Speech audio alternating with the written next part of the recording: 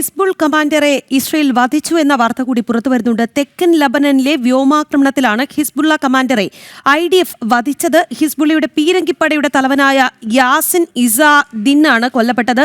ഇത് സംബന്ധിച്ച വിശദാംശങ്ങൾ കൂടി. ഹിസ്ബുള്ള കമാൻഡറെ കൊലപ്പെടുത്തിയെന്ന ഒരു റിപ്പോർട്ട് ഇപ്പോൾ പുറത്തു വരുമ്പോൾ അതിൽ നിന്നും മറ്റു ചില കാര്യങ്ങൾ കൂടി മനസ്സിലാക്കാൻ സാധിക്കുന്നുണ്ട്. നേരത്തെ സൂചിപ്പിച്ചതുപോലെ യുദ്ധത്തിന്റെ തുടക്കത്തിൽ ഹിസ്ബുള്ള ഇറാന്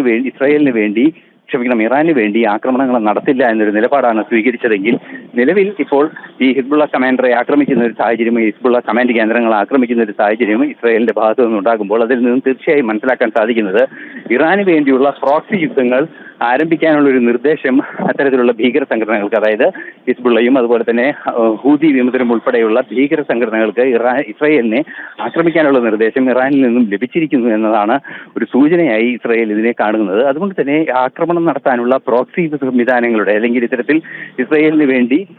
ഇറാന് വേണ്ടി ഇസ്രായേലിനെതിരെ യുദ്ധം ചെയ്യുന്ന സംവിധാനങ്ങളെ, ഭീകര സംഘടനകളെ എല്ലാം തന്നെ ഒന്നിപ്പിക്കുന്നതിനുള്ള ഒരു നീക്കം ഇറാനിൽ നടക്കുന്നു.